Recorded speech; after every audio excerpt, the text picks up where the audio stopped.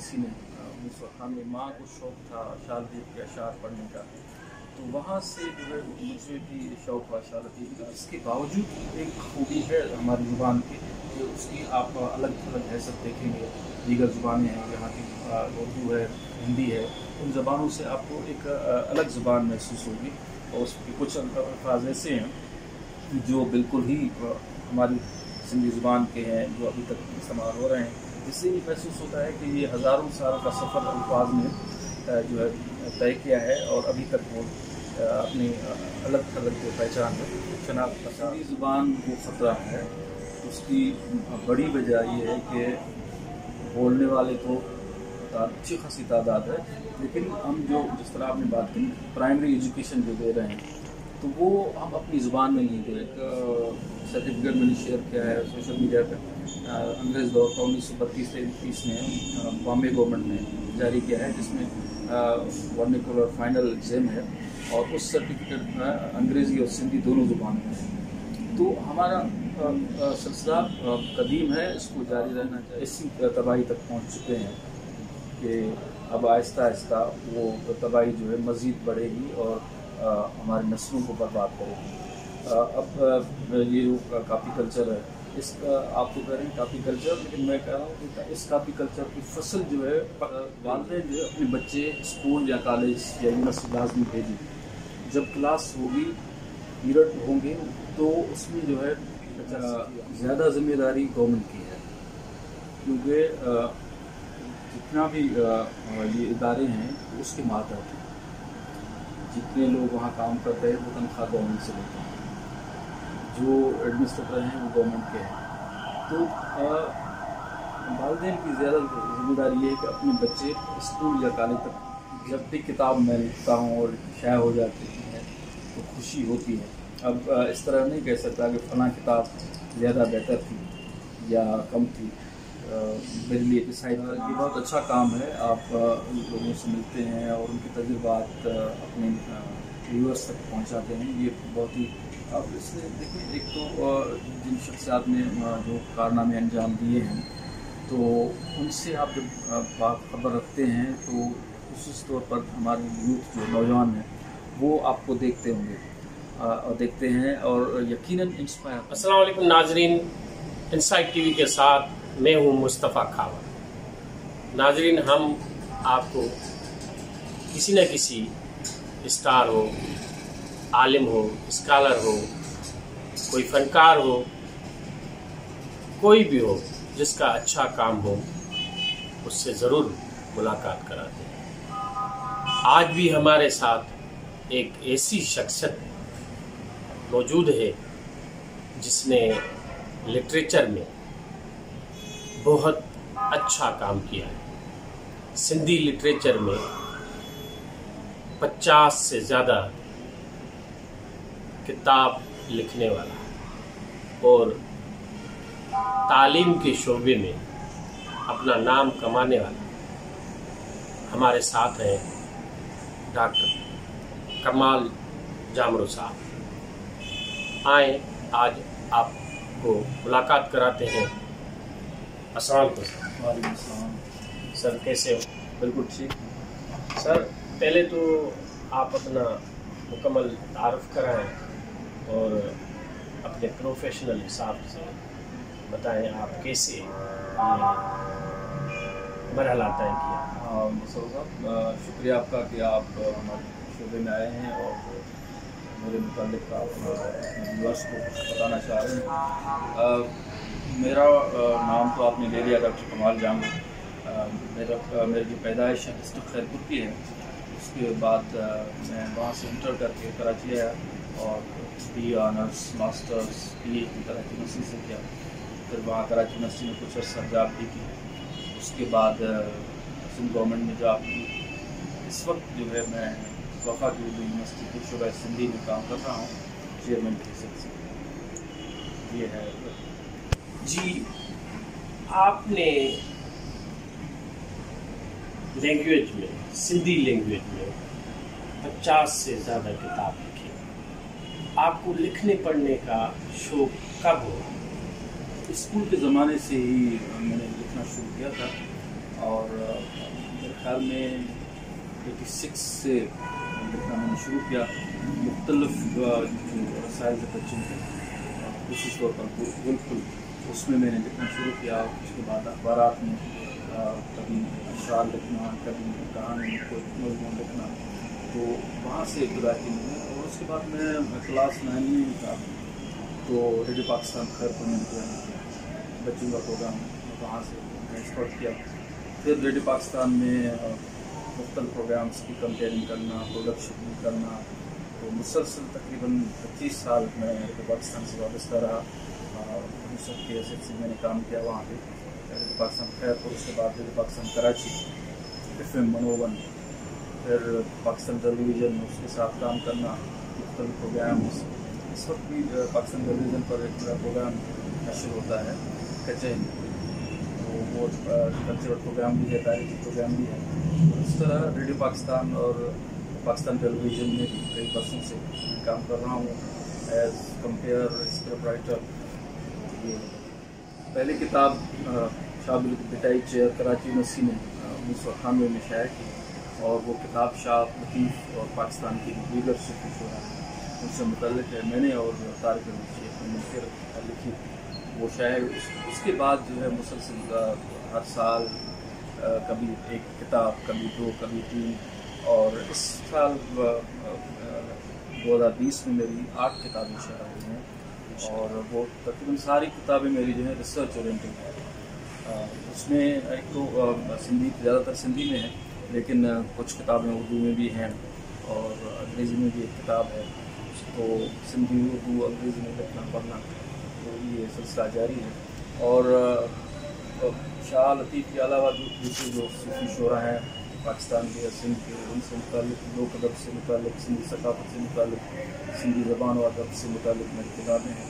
اور ساری تقریباً جو ہے وہ ریسرچ اورینٹڈ کتابیں ہیں. ایک کتاب ایسی ہے جو اس سال شائع ہوئی ہے, وہ بچوں کی کہانیاں ہیں. وہ میں نے اپنے لڑکپن کے زمانے میں کتاب لکھی تھی, کہانیاں لکھتا تھا مختلف رسائل میں یا مضامین. تو وہ کمپائل کر کے بہادر چھپی کے نام سے وہ ابھی کتاب شائع ہوئی. باقی تمام کتابیں ہیں وہ ریسرچ اورینٹڈ. اچھا, آپ نے کتابیں بھی لکھی, مگر یہ PhD کرنے کا کیسے شوق ہوا؟ دیکھیں, ایک تو جو گھر کا میرا ماحول تھا اس میں ظاہر ہے اس وقت زمانے میں ریڈیو سننا, پھر جو ماحول تھا, تو ایک تو میری ماں کو شوق تھا شاہ لطیف کے اشعار پڑھنے کا, تو وہاں سے جو ہے مجھے بھی شوق ہوا شاہ لطیف کا سچل سرمست کا. تو آہستہ آہستہ اس طرح میں اس طرف آیا ادب میں. پھر انٹر کرنے کے بعد کراچی یونیورسٹی میں نے ایڈمیشن لیا, تو وہاں پہ باقاعدہ سندھی ڈپارٹمنٹ میں ایڈمیشن لیا تھا ابھی آنرس میں. تو پھر مکمل طور پر سندھی لٹریچر کے حوالے سے لکھنا, پڑھنا, اور اس کے علاوہ اس زمانے میں اخبارات میں لکھنا یا ریڈیو کے لیے اسکرپٹ لکھنا. تو پھر یہ شوق آہستہ آہستہ بڑھتا گیا, اور خاص طور پر ریسرچ کی طرف میں مائل ہو گیا. شاہ لطیف کا یا دوسرے جو موضوعات ہیں سندھی میں, تو یہ کارواں جو ہے چلتا رہا. اچھا, سندھی لینگویج ایک قدیم زبان, آپ نے تو PhD بھی کیا لوک ادب میں, مگر آپ اس کی تھوڑی تاریخ بتا سکتے ہیں؟ دیکھیں, ایک تو ہماری زبانیں جو ہیں خصوص طور پر سندھی زبان کی ہم بات کرتے ہیں, اس کی قدامت کی اگر بات کریں گے تو حقیقی طور پر ہم کچھ نہیں کہہ سکتے کہ یہ 2000 سال پرانی ہے, 3000 سال پرانی ہے. لیکن جو ہمیں آثار ملے ہیں, جس طرح ہم کہہ رہے ہیں کہ ہماری تہذیب 5000 سے 10,000 سال پرانی ہے, تو زبان بھی اتنی ہی پرانی ہے. کیونکہ موہنجودڑو سے جو اسکرپٹ میں ملا ہے تو ہم وہ بھی پڑھ نہیں سکتے, لیکن اس کو ہم سندھ کی زبان ہی کہتے ہیں, اور سندھ کی زبان اگر ہوگی تو سندھی ہوگی. تو یہ تسلسل جو ہے وہ یقینی اب تک آ رہا ہے. اس کے اثرات عربی کے اثرات ہیں, فارسی کے اثرات ہیں. باقی قدامت کے لحاظ سے ہم مجموعی طور پر کہہ سکتے ہیں کہ ہزاروں سال ہماری زبان قدیم ہے. اس میں اسکرپٹ کا مسئلہ یہ آ رہا ہے کہ لکھنے کا طریقہ الگ رہا ہے. جس طرح موہنجودڑو میں جو اسکرپٹ ہے وہ اس کا पढ़ नहीं सके, लेकिन ये एक स्क्रिप्ट काउंट होता है। आगे चलकर देवनागरी रस्म ख़त है, उसके बाद ये अरबी फ़ारसी हमारी रस्म ख़त जो सिंधी है, लिखने के तरीके मुख्तलिफ रहे हैं। बाकी ये अल्फाज दीगर ज़ुबानों का उनका आना और हमारे यहाँ मकबूल हो जाना, राइज हो जाना, ये चलता रहा है। लेकिन इसके बावजूद एक खूबी है हमारी ज़ुबान की कि उसकी आप अलग अलग हैसियत देखेंगे। दीगर ज़ुबानें हैं, यहाँ की उर्दू है, हिंदी है, उन ज़बानों से आपको एक अलग ज़ुबान महसूस होगी। और उसके कुछ अल्फाज ऐसे हैं जो बिल्कुल ही हमारी सिंधी ज़ुबान के हैं, जो अभी तक इस्तेमाल हो रहे हैं, जिससे ये महसूस होता है कि ये हज़ारों साल का सफ़र अल्फाज ने जो है तय किया है और अभी तक वो अपनी अलग अलग जो पहचान है, शनाख्त बरकरार रखी हुई है। जी, हिंदुस्तान में सिंधी ज़ुबान नेशनल लैंग्वेज, हमारे मुल्क में सिंधी ज़ुबान की वो अहमियत नहीं है। आप इसके बारे में क्या कहेंगे? देखिए, एक तो इसमें मेरी दो आरा है। एक तो हमारी जो ज़ुबान है वो कौमी ज़ुबान है। किस तरह कौमी ज़ुबान है? जब हम सिंधी कौम हैं तो ज़ुबान भी हमारी कौमी है। अब एक दूसरा मरहला ये है कि इस मुल्क की, पूरे पाकिस्तान की ज़ुबानें जो है उनकी हैसियत कौमी ज़ुबान वाली वो है या नहीं, वो एक अलग सवाल है। जिस तरह हम अभी तो उर्दू को ही हम कौमी ज़ुबान ऑफिशियल मानते हैं, या वो है, तो सिंधी ज़ुबान को या पंजाबी को, पश्तो को, जितनी भी ये कदीम ज़ुबानें हैं यहाँ के इस खत्े की, उनको कौमी हैसियत मिलनी चाहिए। और इससे भी ज़्यादा दफ्तरी या ऑफिशियल लैंग्वेज की हैसियत होनी चाहिए। हमारी सिंधी ज़ुबान अपनी सूबे की ऑफिशियल लैंग्वेज है, वाहिद ज़ुबान है, लेकिन उस पर अमल नहीं हो रहा, तो मुकम्मल अमल करने की ज़रूरत है। जी, बहुत सारे सेमिनारों या स्कॉलरों ने या तालीमदारों ने ये भी साबित किया है कि प्राइमरी एजुकेशन जो है वो मदर लैंग्वेज में दी जा रही है। यहाँ सिंध में ऐसा तो नहीं है। देखिए, ऐसा है, इस तरह है कि 100% नहीं है, ठीक है, लेकिन हम प्राइमरी एजुकेशन बड़े हिस्से पे, सिंध के बड़े हिस्से पे अब भी प्राइमरी एजुकेशन सिंधी ज़ुबान में है।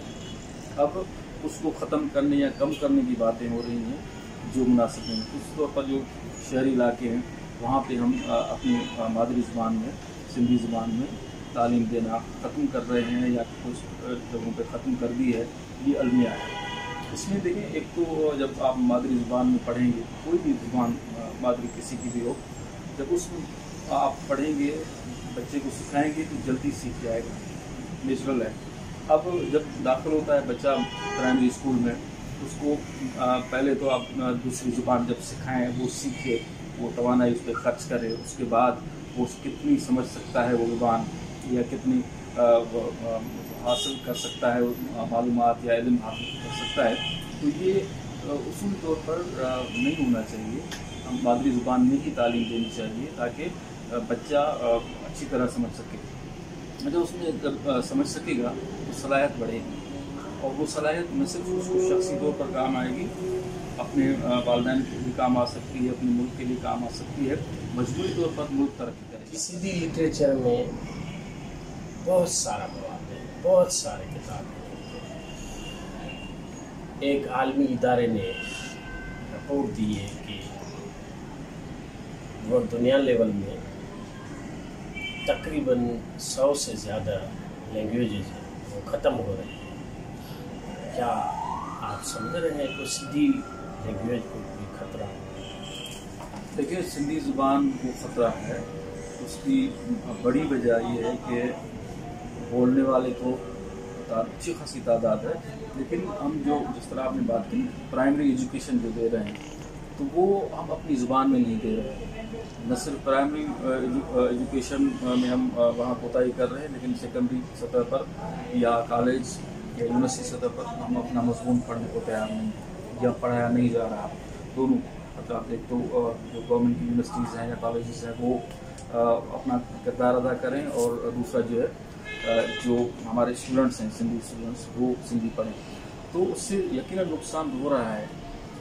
کہ جب ہم پڑھیں گے نہیں تو آہستہ آہستہ ہم دور ہوتے جائیں گے اپنا جو جس طرح آپ نے کتابوں کی بات کی کہ ان کتابوں کو پڑھنے سے ہم محروم ہو جائیں گے، پھر ان میں جو لکھا ہوا ہے اس سے محروم ہو جائیں گے، اور پھر ہمارا جو ثقافتی ورثہ ہے یا دانائی کی باتیں ہیں اس سے ہم جب محروم ہو جائیں گے تو آہستہ آہستہ زبان کو نقصان ہوگا۔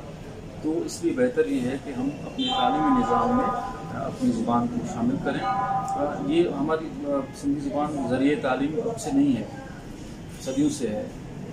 خصوصی طور پر انگریز دور میں آپ دیکھیں گے کہ اس زمانے میں ذریعہ تعلیم ہماری سندھی تھی، اور اس میں تو ایک سرٹیفکیٹ میں نے شیئر کیا ہے سوشل میڈیا پہ، انگریز دور کا 1932-33 میں بامبے گورنمنٹ نے جاری کیا ہے، جس میں ورنیکولر فائنل ایگزام ہے، اور اس سرٹیفکیٹ میں انگریزی اور سندھی دونوں زبان میں ہے۔ تو ہمارا سلسلہ قدیم ہے، اس کو جاری رہنا چاہیے، اور ہم تعلیم کے ذریعے ہی اپنی زبان کو بچا سکتے ہیں، بڑھا سکتے ہیں۔ دیکھیں عربی زبان خطے کی بلکہ دنیا میں بڑی زبانوں میں شامل ہوتی ہے، وہ بھی کس طرح بچا عربی زبان مدرسوں میں پڑھا کر، تعلیمی اداروں میں پڑھا کر، پڑھنے سے ہی زبان جو ہے زیادہ ترقی کرے گی اور آگے ہم بڑھیں گے۔ تو سندھی زبان کے لیے بھی اسی طرح ہونا چاہیے، ہر تعلیمی ادارے میں، اسکول، کالج یا یونیورسٹی میں سندھی زبان لازمی پڑھانی چاہیے۔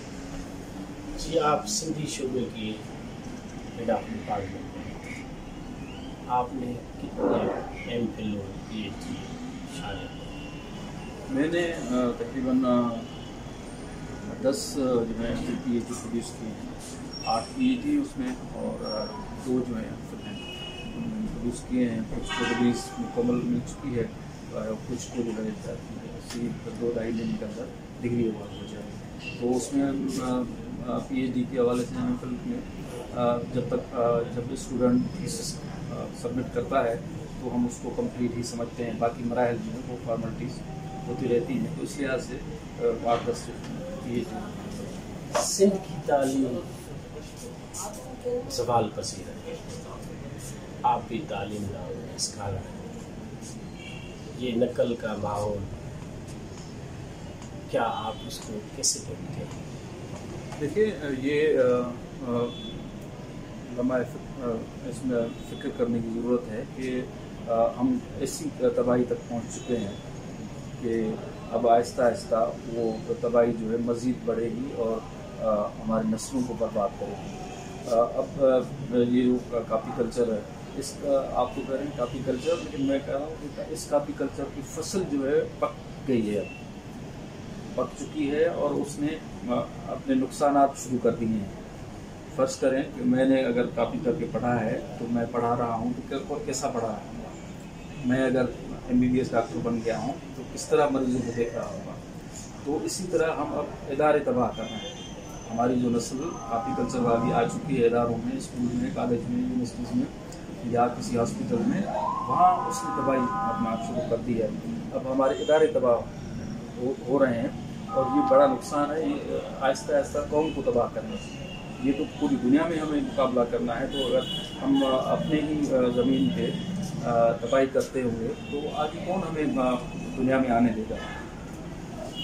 تعلیم، یہ بھی کہا جاتا ہے کہ نصاب پرانا ہے، جدت آنی چاہیے، اور اس تعلیمی نظام جو ہے وہ فرسودہ ہے۔ آپ کی کیا سجیشن ہے اس کو بہتر کرنے کی؟ دیکھیے نصاب کو تبدیل کرنا چاہیے وقت کے مطابق، لیکن میں تو کہتا ہوں کہ جو ہم نے نصاب بنایا ہے، کیا یہ سب صحیح طور پر ہم پڑھاتے ہیں اداروں میں، اسکول یا کالجز میں جائیں آپ سروے کر لیں یونیورسٹیز میں، کہ جو سلیبس ہم نے رکھا ہے کیا وہ مکمل طور ہم پڑھا رہے ہیں؟ نہیں پڑھا رہے۔ جب ہم پڑھا رہے جیسا بھی ہے وہی نہیں پڑھا رہے تو نیا بنا کے کیا وہ کس طرح پڑھیں گے؟ تو پہلے تو امپلیمنٹیشن جو ہے نا وہ اس کو ہم لازمی بنائیں۔ جو بھی ہے نصاب، کلاسیں ہونی چاہیے، استاد کو پڑھانا چاہیے، طالب علموں کو اسکول یا کالج میں آنا چاہیے، اس کے بعد جو ہے آہستہ آہستہ وہ وقت کے حساب سے جو ہے اپنا نصاب بہتر کرتے جائیں۔ جی، ہمارے سندھ کے دیہاتوں میں کہیں اسکول بند ہیں، कहीं स्कूल की बिल्डिंग नहीं, कहीं पानी की व्यवस्था नहीं, कहीं वाशरूम नहीं, कहीं उस्ताद हैं स्कूल नहीं, कहीं स्कूल है तो उस्ताद नहीं, ये तालीम कैसे बेहतर हो? देखिए, एक तो जो सहूलियात नहीं है वो गवर्नमेंट का काम है, वो वहाँ पे प्रोवाइड करे, सहूलियात वहाँ देनी है, करनी चाहिए। लेकिन जैसा भी संस्था है, जैसा भी माहौल है, जैसा भी स्कूल है, बिल्डिंग है या नहीं है, सबसे ज़्यादा मुतासर हम हो रहे हैं, हमारे बच्चे हो रहे हैं। तो हमें पहला काम तो ये करना चाहिए कि जैसी भी बिल्डिंग है उसमें हम जाएं, पढ़ें और जो है अच्छी तरह पढ़ें और एक फिर आवाज़ उठाएं कि इसको बेहतर करना चाहिए, इसमें फलां सहूलत मिलनी चाहिए। तो आपने कई मिसालें शायद सुनी भी हो, देखी भी हो कि हमारे कुछ लोग ऐसे हैं जो दरख्त के नीचे पड़े हैं। तो इसमें कुछ हम भी ये उज़्र न दें कि फलां चीज़ नहीं है इसलिए हम स्कूल नहीं जाएंगे, हम पढ़ेंगे नहीं। तो हाथ जो गाली है दोनों हाथ से करनी चाहिए। एक तो हमें वहाँ उसको ओन करना चाहिए इदारे को, और उसके बाद जो है उसके लिए बेहतरी के लिए काम भी करना चाहिए। और जो नहीं असातिज़ा पढ़ा रहे वो हमारा एडमिनिस्ट्रेटिव सिस्टम ख़राब है, इंतज़ामी सिस्टम ऐसा ख़राब हो चुका है कि उसमें किसी को सज़ा नहीं मिल रही। अगर कोई स्टूडेंट फेल हो रहा है तो उस्ताद से क्यों नहीं पूछा जा रहा कि ये क्यों फेल हो रहा है।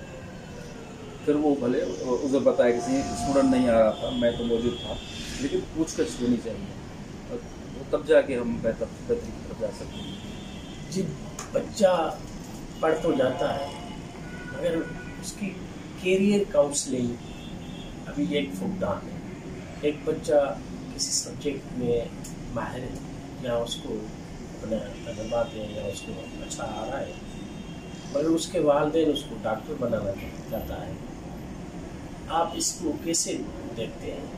देखिए, एक तो कैरियर काउंसलिंग मजबूती तौर पर होनी चाहिए, और उसमें हम शायद ये समझते हैं कि सिर्फ स्कूल कॉलेज ही कैरियर काउंसलिंग करें, बाकी कोई उसमें आगे न बढ़े। तो हमारे NGOs हैं, हमारे जो पढ़े लिखे लोग हैं वो कैरियर काउंसलिंग करें। और अब ये रुझान बढ़ रहा है, मैंने देखा है कि लोग समझा रहे हैं, वालिदैन को भी समझाते हैं और बच्चों को भी समझाते हैं। जब अगर आप MBBS नहीं कर सकते तो छोड़ दें, कोई ऐसा शुबा मुंतखब करें जिसमें आप अच्छी तरह कुछ हासिल कर सकें, पढ़ सकें, जो आपको आसान लगे, और कोई भी शुबा बेकार नहीं है। दूसरा दाल ये है कि आप इंजीनियर बन गए, इंजीनियर बनने के बाद भी आप बेरोज़गार हैं, डॉक्टर MBBS करने के बाद भी आप जो है वो रोज़गार सही हासिल नहीं कर सकते। तो अब कुछ मामला तब्दील हो रहे हैं, मज़ीद इसमें जो है सबको मिलकर हाथ बांटना चाहिए। जी, सिंधी लैंग्वेज के लिए सिंधी अदीबों का या सिंधी लैंग्वेज अथॉरिटी का कैसा किरदार होना चाहिए? अलमिया ये है कि हम जो लिखते हैं उसको शाया कराने के लिए तो बड़ी जद्दोजहद करते हैं, बड़े अखबार में वहाँ देने के लिए तैयार, लेकिन अपनी ज़ुबान की तबाही पे हम जो खामोश हैं, आवाज़ नहीं उठा रहे। कि कोई इदारा अगर सही तालीम नहीं दे रहा, सिंधी ज़ुबान नहीं पढ़ा रहा, तो उसके लिए आवाज़ नहीं उठा रहे। अगर सिंधी लैंग्वेज अथॉरिटी सही काम नहीं कर रही तो उसके लिए हम कोई आवाज़ नहीं उठा रहे। हम इतने खुद गर्ज हो गए हैं कि भले ज़ुबान की तबाही हो, लेकिन अगर मुझे कोई पजीराई इदारा दे रहा है तो बस वो बड़ा काम उसका है और बड़ा अच्छा है। इस तरह नहीं होना चाहिए। लैंग्वेज अथॉरिटी का वो किरदार नहीं रहा, अदबी बोर्ड का भी वो नहीं रहा। अब उसमें भी वहाँ पे भी बेहतरी की गुंजाइश है। उसमें मैंने जब देखा है कि सिंधी लैंग्वेज अथॉरिटी या सिंधी बोर्ड को हुकूमत ने तबाह किया है, हमारे सिंध गवर्नमेंट ने तबाह किया है। उसकी वजह ये है कि वहाँ अपॉइंटमेंट कौन करता है, चेयरमैन को कौन अपॉइंट करता है या सेक्रेटरी को कौन अपॉइंट करता है, सिंध गवर्नमेंट अपॉइंट करती है। तो वो ऐसे लोग क्यों नहीं अपॉइंट करते, या वहाँ पे उनको सही काम करने क्यों नहीं दिया जा रहा। इतनी पाबंदियाँ हैं सिंधी लैंग्वेज अथॉरिटी का, तो इस तरह है कि वो अथॉरिटी है और नाफिज कराए अपने कवानीन के। अगर कोई इदारा सिंधी ज़ुबान नहीं स्कूल पढ़ा रहा तो ये इख्तियार होना चाहिए सिंधी लैंग्वेज अथॉरिटी को कि वो कोई सज़ा तजवीज़ करे या उसके लिए वो अपनी सिंधी ज़ुबान के हवाले से अमल करवाए। तो ये नहीं है। इसमें मैं समझ रहा हूँ कि ज़्यादातर जो है वो सिंध गवर्नमेंट का ही शायद ढील है, या वो नहीं चाह रही दिल से कि सिंधी ज़ुबान तरक्की करे। जिस सिंध की तालीम की बेहतरी के लिए वालिदैन हो या हुकूमत हो, उसके लिए आप क्या सजेशन हैं? देखिए, सबसे पहले तो असातिज़ा मेरिट पे होने चाहिए, اور اب خوشی کی بات یہ ہے کہ مختلف ٹیسٹنگ سروس کے ذریعے اپائنٹمنٹس ہو رہی ہیں اور اس میں اچھے اساتذہ آ رہے ہیں. اس کے بعد والدین جو ہے اپنے بچے اسکول یا کالج یا یونیورسٹی لازمی بھیجیں.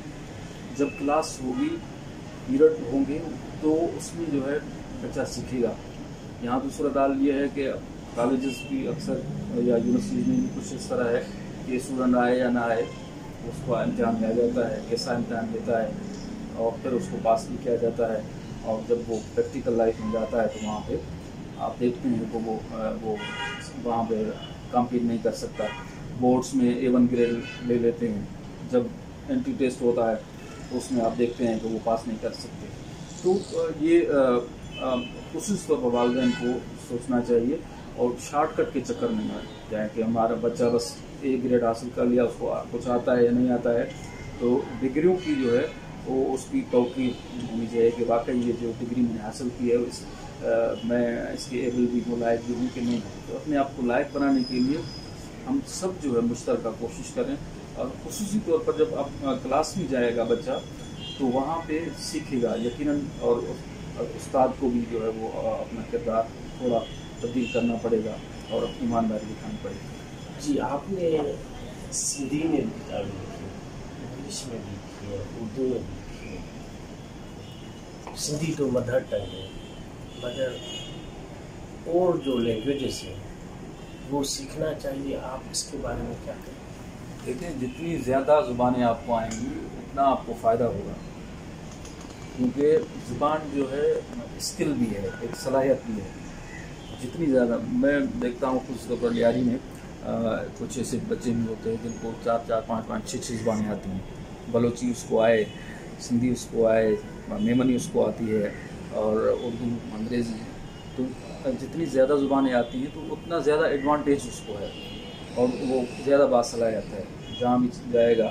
اب تو صورت حال یہ ہے کہ کچھ کمپنیز اس طرح کرتی ہیں کہ فرض کرے سجل ووٹ میں ان کو کوئی کوریئر والا چاہیے تو وہ کوشش کریں گے کہ وہ سندھی بندہ رکھیں اور سندھی جو زبان بولتا ہے وہاں جائے. لیاری میں اس طرح بلوچ.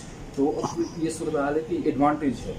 اور سندھی خصوصی طور پر جو ہمارے بچے ہیں ان کو ایڈوانٹیج یہ ہے کہ ان کو سندھی، اردو، انگریزی اور ایک سرائکی بھی آتی ہے تو زیادہ ایڈوانٹیج ہے بنسبت شہری ہمارے جو صرف اب 1 یا 2 زبانوں تک محدود رہتے ہیں، وہ اپنا نقصان کر رہے ہیں. جس سے کی تعلیم کی تباہی میں والدین، شاگرد، اساتذہ یا حکومت زیادہ ذمہ دار کون ہے؟ دیکھیں، زیادہ ذمہ داری گورنمنٹ کی ہے، کیونکہ جتنا بھی یہ ادارے ہیں اس کے ماتحت ہیں. جتنے لوگ وہاں کام کرتے ہیں وہ تنخواہ گورنمنٹ سے لیتے ہیں، جو ایڈمنسٹریٹر ہیں وہ گورنمنٹ کے ہیں. تو والدین کی زیادہ ذمہ داری یہ ہے کہ اپنے بچے اسکول یا کالج تک بھیجیں. اس کے بعد ساری ذمہ داری وہاں کی ایڈمنسٹریشن کی ہے، کالج، اسکول یا یونیورسٹی ہے اس کی ہے. اور اس کو کون چلا رہا ہے؟ گورنمنٹ چلا رہی ہے. گورنمنٹ اپنا ایسا میکینزم کرے کہ جس میں اسٹوڈنٹ آئے اور اگر اس کو کوئی ٹیچر نہیں پڑھاتا تو اس کو کوئی سزا ہونی چاہیے. اگر اچھا کوئی کام کر رہا ہے تو اس کو ریوارڈ ملنا چاہیے، پھر جا کے جو ہے معاملہ بہتر ہوگا. اکثر اسکولوں میں، یونیورسٹیوں میں انگلش لینگویج کا رائج ہوا ہے، آپ اس کو کیسے دیکھ رہے ہیں؟ دیکھیں، ایک تو انگریزی زبان سیکھنی چاہیے، اس میں کوئی دوسری رائے نہیں ہے، لیکن اس کے ساتھ اپنی زبان کو نہیں چھوڑنا چاہیے، کیونکہ اپنی مادری زبان لازمی سیکھنی ہے. دوسرا یہ ہے کہ ہم سارے لوگ جو زیادہ تر انگریز بننے کے چکر میں، اگر انگریزی ہی زبان ترقی کا جو ہے وہ سبب بنتی تو اس وقت جتنے بھی ادارے جو ہم چلا رہے ہیں، سینٹرل گورنمنٹ دیکھیں، فیڈرل گورنمنٹ دیکھیں، وہاں سیکرٹریز دیکھیں، ڈپٹی کمشنر دیکھیں، سارے ان کی ایسی انگریزی ہے کہ لاجواب، انگریز سے بھی زیادہ، لیکن ادارے اس کے باوجود تباہ ہیں. تو اس کا مقصد یہ ہے کہ لازمی نہیں کہ کوئی جس کو اچھی انگریزی آئے وہ اچھا ایڈمنسٹریٹر اور ملک میں ترقی کر لے آئے گا، اس طرح نہیں ہے. تو اپنے کسی حد تک انگریزی آنی چاہیے، باہر ہم جاتے ہیں یا کوئی ایسا روزگار حاصل کرتے ہیں اس میں تو آنی چاہیے، لیکن یہاں کے لیے جو ہے جذبہ ہونا چاہیے. تو جذبہ آپ کو آئے گا یا پیار یا محبت اپنی وطن سے ہوگا، اپنی زبان سے. تو اپنی زبان جو ہے زیادہ. جی، پرائمری تعلیم، کالج کی تعلیم، یونیورسٹی کی تعلیم، کہ ان تینوں میں کون سی تینوں داروں کون سے بہتر کرنے کی ضرورت ہے؟ دیکھیں، بہتر ہوتی ہے بنیاد. اگر پرائمری ایجوکیشن ہماری بہتر ہو جائے تو اسکول آٹومیٹک، ہائی اسکول کی بہتر ہو جائے گی، کالج پھر یونیورسٹی کی. جب ہم بنیاد ہی صحیح نہیں رکھیں گے تو آگے چل کے مجھے جو تجربہ ہے اپنی یونیورسٹی میں، جن کی بنیاد کچی ہوتی ہے جن اسٹوڈنٹس کی، وہ ہم کتنی بھی کوشش کرتے ہیں یونیورسٹی میں وہ بہتر نہیں ہو سکتے. ڈگری لے جاتے ہیں لیکن بہتر نہیں ہو سکتے. اور ان میں سے جن کی بنیاد پرائمری سیکنڈری بہتر ہوتی ہے تو وہ ان کو پڑھانے میں بھی مزہ آتا ہے اور سیکھ جاتے ہیں، اور پھر وہ ان کو جابس بھی مل جاتی ہیں کہیں نہ کہیں پہ، کہیں پرائیویٹ سیکٹر میں یا گورنمنٹ سیکٹر میں وہی جو ہے کامیاب ہو جاتے ہیں. جی، آپ نے پی ایچ ڈی بھی کروایا ہے، ایم فل بھی کروایا ہے. اس ریسرچ کے کام میں پی ایچ ڈی کرنے میں کتنا سال لگتے ہیں؟ دیکھیں، ایک تو آفیشیل جو پی ایچ ڈی کے لیے نام ہے ہائر ایجوکیشن کی طرف وہ 4 سال ہے. 4 سال کے اندر جو ہے اگر کرنا چاہے کوئی تو 4-5 سال کے اندر ہو سکتی ہے.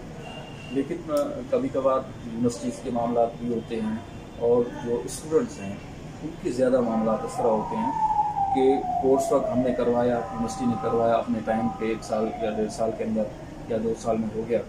اس کے بعد ریسرچ کرنی ہوتی ہے، ریسرچ ورک اسٹوڈنٹ کو کرنا ہوتا ہے. اب وہ 2 سال والا کام اگر 5 سال میں کر کے دیتا ہے تو اس کا قصور ہے. اس میں زیادہ تر وہ اپنی اس شاگرد کا ہی قصور ہوتا ہے. اور آپ نے دیکھا ہوگا کہ 8-10 سال لگ جاتے ہیں، کیونکہ دیکھیں پی ایچ ڈی کرنا کوئی آسان بھی نہیں ہے. اور دوسرا مشکل اس طرح ہے کہ بندہ زیادہ بند جو جاب کرتے ہیں تو وہ دھیان اس طرف لگاتے ہیں اور فوری طور پر اتنا بینیفٹ بھی نہیں ہوتا مالی پی ایچ ڈی کرنے سے. تو اس طرح کرتے ہیں کہ چلیں ٹھیک ہے، یہ سلسلہ چلتا رہے گا، ہم ڈگری مل جائے گی لیکن ادھر ہم جو ہے وہ زور پہ کما لیں گے. تو اس چکر میں جو ہے وہ ریسرچ پہ صحیح دھیان نہیں دیا جاتا تو زیادہ دیر ہو جاتی ہے. اور کبھی کبھار تو اس طرح جو ہوتا ہے کہ وہ کوالٹی بھی مینٹین نہیں ہوتی. اچھا، یہ جو سیمسٹر سسٹم ہے، کبھی کبھار شاگرد اور والدین یہی شکایت کرتے ہیں کہ کالجوں میں، یونیورسٹیوں جیسا سیمسٹر سسٹم لاگو کیا جائے. آپ کیا کہیں؟ دیکھیں، سیمسٹر سسٹم بہتر طریقہ ہے. اس کی وجہ یہ ہے کہ تو جو ٹیچر ہے پڑھاتا ہے وہی امتحان لیتا ہے اور وہ سیمسٹر 6 مہینے کا ہوتا ہے. ہر 6 مہینے جب امتحان ہوتا ہے، جس طرح آپ اسکول میں جو اسکول ہر مہینے ٹیسٹ لیتا ہے تو وہ بچے زیادہ ہوشیار آپ کو ملیں گے. تو اگر 1 سال کے بعد آپ امتحان لیتے ہیں اینول سسٹم میں تو وہ شاید کئی چیزیں بھول بھی جاتا ہے درمیان میں، یا جب امتحان قریب آتا ہے تو 10 دن پہلے تیاری کر لی تو وہ اتنا ذہن میں وہ جو پڑھا ہوا ہوتا ہے نہیں رہتا. سیمسٹر سسٹم میں جب امتحانات ہوتے رہتے ہیں، مڈ ٹرم ہوتا ہے، ٹرمینل امتحان ہوتا ہے، تو اس میں جو زیادہ کچھ پڑھنا پڑتا ہے اور کچھ نہ کچھ دماغ میں آ جاتا ہے جس کا فائدہ ہوتا ہے. جی، ہمارے پاس کیڈٹ کالجز بھی ہیں، مگر آپ بورڈنگ اسکول کو کیسے دیکھتے ہیں؟ دیکھیں، بورڈنگ اسکولس اچھے ہیں لیکن ہر ادارے کا اپنا اپنا ہوتا ہے کہ اگر بورڈنگ اسکول میں کچھ ایسے ہیں جہاں پہ سہولیات بھی ہیں اور صحیح نمونے سے پڑھایا جاتا ہے تو بہتر ہے، کیونکہ اس میں مکمل طور پر بچہ ایجوکیشن کے حوالے ہو جاتا ہے اور اس میں ڈسپلن بھی سکھایا جاتا ہے کہ اس وقت اٹھنا ہے، اس وقت اسکول جانا ہے، اسکول آنے کے بعد جو ہے اتنا ریسٹ کرنا ہے، پھر شام کو پڑھنا ہے. پورا ایک شیڈول بنا کے تو وہ ڈسپلن بھی برقرار رہتا ہے. اور اس میں مکمل طور پر جب بچہ پڑھنے کے حوالے ہوتا ہے تو زیادہ پڑھ لیتا ہے اور ہوشیار بنتا ہے اس کو سیکھنے کا. ورنہ ہمارے یہاں صورتحال یہ ہے کہ 4-5 گھنٹے اسکول یا کالج میں جائیں، اس کے بعد کوئی اور دھندا کریں، گھر والوں کا کام کریں یا کوئی نہ بھی کریں، کوئی تفریح کوئی کام کریں، کھیلیں کودیں، تو थोड़ा सा हट जाता है बंदा पढ़ने से, तो वो रब्त जो है आमतौर पर टूट जाता है, लेकिन बोर्डिंग में वो मुकम्मल नहीं होता। पब्लिक प्राइवेट पार्टनरशिप के तहत एजुकेशन इसमें 2300 स्कूल भी दिए, आप इसको कैसे देखिए बहुत अच्छा ये पश्चिम बंगाल का प्रोजेक्ट है, लेकिन इसमें एक जो खामी है वो खामी इस तरह है कि जितने पैसे एक स्कूल के को देते हैं, फर्स्ट करें कि 3 महीने में किसी को 5 लाख या 6 लाख आपने दे दी है। अब वहाँ भी 10-12 टीचर हैं, अब कितनी भी कोशिश कर लें 10-15 हज़ार से ज़्यादा आप टीचर को तनख्वाह नहीं दे सकते। अब उधर गवर्नमेंट की तरफ जाएंगे तो गवर्नमेंट एक टीचर जो है 1 लाख रुपये तक तनख्वाह लेता है, वहाँ का 10-12 हज़ार, तो ये एक तो टीचर से ज़्यादती होती है। तो इसके पैसे बढ़ा के और फिर क्वालिटी मेंटेन की जा सकती है, क्योंकि अब 10-12 हज़ार में आप जो हायर करेंगे प्राइवेट स्कूल वाले करेंगे टीचर, तो वो ज़ाहिर है इतना क्वालिफाइड नहीं होगा, तो परफॉर्मेंस इतनी अच्छी नहीं देगा। तो कुछ जगहों पे तो ये मॉडल बहुत अच्छा चल रहा है, लेकिन ज़्यादातर उसमें ये कुछ खामियां हैं जिसको दूर करना चाहिए। को एजुकेशन और एक सेपरेट एजुकेशन बॉयज़ और गर्ल्स, आप दोनों को कौन सी अच्छी समझ? देखिए अब ज़माना जो है हर एक तकाज़े हर दौर के अपने अपने होते हैं, तो को एजुकेशन बेहतर सिस्टम है, लेकिन उसमें ये देखा जाए कि कौन सा शहर है, कौन सा देहात है जहाँ पे को एजुकेशन का माहौल बेहतर हो सकता है या नहीं हो सकता। हर जगह पे को एजुकेशन सिस्टम बेहतर नहीं हो सकता। बड़े शहर हैं इस तरह ये कराची है, हैदराबाद है, इस्लामाबाद है, तो वहाँ पे तो ये कामयाब जा रहा है, क्योंकि वहाँ पे ओवरऑल इदारे बेहतर भी काम कर रहे हैं और सिस्टम भी मौजूद हैं और शहरी सहूलियात भी हैं, तो उसमें बेहतर काम कर रहा है। बाकी हो सकता है कि किसी छोटे शहर में कोई एजुकेशन सिस्टम, क्योंकि वहाँ पे हमारी जो ट्रेडिशंस हैं उससे जो है वो तसादम हो जाता है और फिर वहाँ पे बेहतर। सर, आपने इतनी मसरूफ़ ज़िंदगी रिसर्च का काम किया, 50 से ज़्यादा किताबें लिखी, नौकरी कर रहा है, आप से शिकवा नहीं होती बच्चों की या वाइफ की? बिल्कुल शिकवा होता है। देखिए एक तो हम जो पढ़ने लिखने वाले लोग हैं फाइनेंशियल तौर पर इतना ज़ाहिर नहीं कर सकते, जिसकी वजह से बच्चों पर असर पड़ते हैं, घर पर असर पड़ते हैं। तो जब देखते हैं कि हमारे वालिद साहब जो हैं वो चेयरमैन है नाम के, लेकिन पैसे तो इतने नहीं कमा के आ रहा, तो यकीनन मसाइल होते हैं। और लेकिन अब बच्चे भी समझदार हैं, हम उनको समझाते हैं कि बेटा ये जो रास्ता है अच्छा रास्ता है, अगर बुरे रास्ते पे मैं जाऊंगा तो आपको शायद माल दौलत तो अच्छी मिल जाए, लेकिन वो आपको सुकून भी नहीं मिलेगा और हो सकता है कि आपको बिगाड़ देंगे माल दौलत। आपको वो कौन सी किताब आपने लिखी जिसमें आपको बहुत खुशी हुई? देखिए जब भी किताब मैं लिखता हूँ और शाया हो जाती है तो खुशी होती है। अब इस तरह नहीं कह सकता कि फ़लाँ किताब ज़्यादा बेहतर थी या कम थी, मेरे लिए डिसाइड करना मुश्किल है।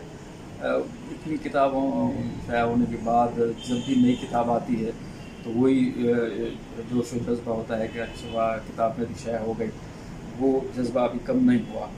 तो इसीलिए शायद हिम्मत और हौसला भी बढ़ता है कि एक किताब शाया होने के बाद फिर दूसरी किताब की तैयारी शुरू कर देता हूँ। जी, आपने मसरूफ़ ज़िंदगी गुजारी, मगर आप इसके अलावा कोई आपकी एक्टिविटी हो? एक तो मैं अब भी जो है 15-17 घंटे जो है मैं काम करता हूँ। अपनी यूनिवर्सिटी में भी मैं आ जाता हूँ अपने टाइम पे, फिर 4-5 बज जाते हैं। उसके बाद सोशल एक्टिविटीज़, क्योंकि सोशल एक्टिविटीज़ में सिंध ग्रेजुएट्स एसोसिएशन के प्लेटफॉर्म पे अभी मैं सीधा कराची का प्रेसिडेंट हूँ और सुरहान वेलफेयर सोसाइटी है, उसके प्लेटफॉर्म पे मुख्तलिफ काम करना, सेहत के हवाले से, एजुकेशन के हवाले से, कल्चर के हवाले से, तो वो काम मेरा चलता रहता है। फिर 9-10 बजे तक तो मुसलसल रात काम होता है। फिर जो है वो ज़ाहिर 1-2 घंटे और कभी टीवी देख लिया, कभी कुछ कर लिया, तो इस तरह वो सिलसिला चलता रहता है।